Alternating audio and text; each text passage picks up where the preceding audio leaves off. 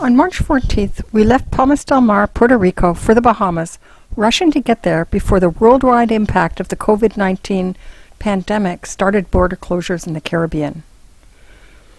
In the last episode, just before we arrived in the Bahamas, our dagger board broke, and we stopped briefly in Mayagüez, Bahamas to check if there was immigration and also to check the damage of the dagger board.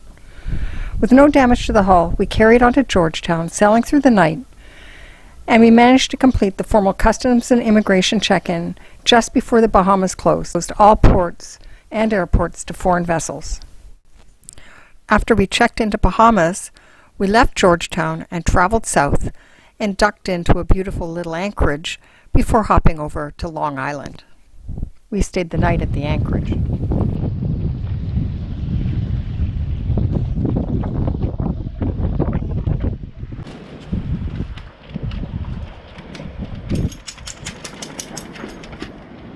Good swim, Tara? To leave the anchorage for Long Island because it wasn't well protected from winds from different directions, all different directions. But first Pierre wanted to deal with the dagger board. So the plan was remove it, saw it off, turn it around, and put it back in to fill the hole, and also to leave a bit of dagger board in the water, hopefully enough to protect the rudder. Okay. It's still fairly heavy. I don't think I can take it. So it's like it just snapped off. Well, not really. No, because we saw the piece. It delaminated in two pieces. You'll see on the other side. It's cut all the way up to the hull, where it broke, delaminated in the middle, from the back, then it flipped, and then it broke after flipping several times. And that's the broken pulley.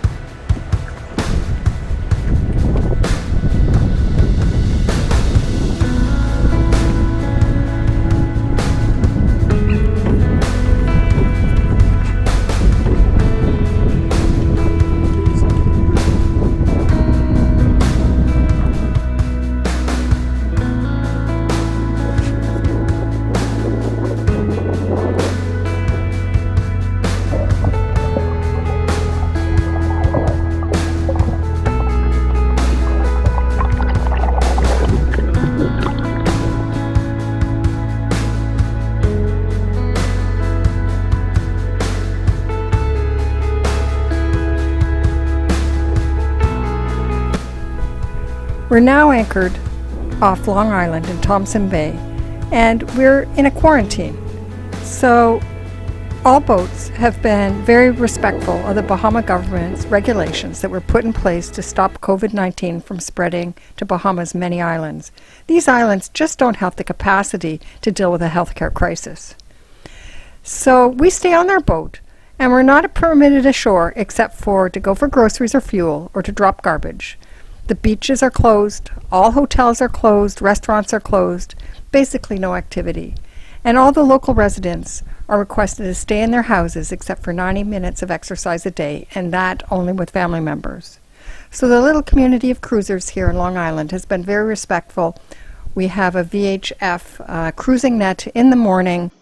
As visitors to this country, we stay on our boat, we keep ourselves busy, and we like to listen to the cruising net in the morning. Good morning, Thompson Bay and Salt Pond. This is Bahama Mama. I have some weather and some general announcements for you. Today is Monday, March 30th.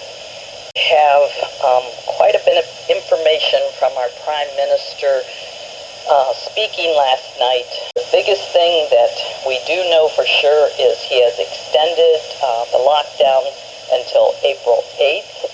Have one activated assigned shopper to go and do the shopping per household, so you're not taking up space, and I think many of us are already doing that. He wants to implement shopping times according to the last name. You're supposed to exercise on your property only. Driving to exercise is prohibited. Stay indoors and off the road. So he's really just trying to get people to what I think we're already doing here, especially you cruisers, just staying on your boats and keeping away from others. He quoted that fear is a disease and hope is a cure. With these rules in Bahamas in place, we are allowed to sail to other islands, but we decided to stay put here in Thompson Bay, where the holding is good and there's shelter as the winds clock around from northeast to southeast to west and back to northeast. I think confinement to our homes or to our boats is difficult for everyone, and we're pretty lucky to be in a beautiful place. But still, it takes some adjustment to stay in one place and stay on the boat and change our routine. I must say, we've got a lot of boat projects done, and I'm going to show that in another video. We have to get our dog some exercise, so we get her exercise by swimming and throwing a stick off the boat, and she comes back to the boat. But she does look longingly at the island, wishing she could go for a run on the beach.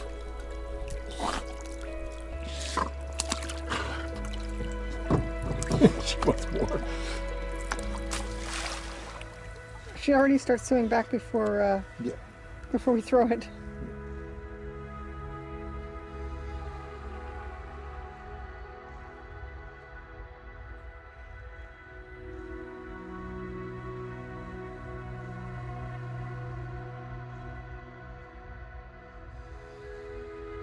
We are looking at our cruising guides and deciding when will we make the jump to the US, but for right now we're staying put.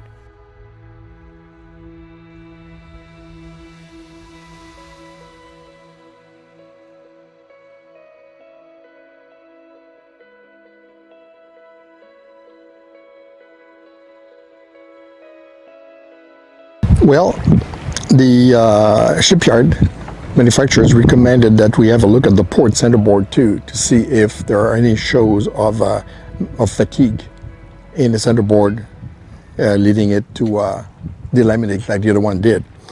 So we can't see with the fresh coastal bottom paint if there were any cracks below. We noticed on the other one that the cracks started way up here, which is inside the centerboard case. So it was just a question of too much mixing and fencing of the composite.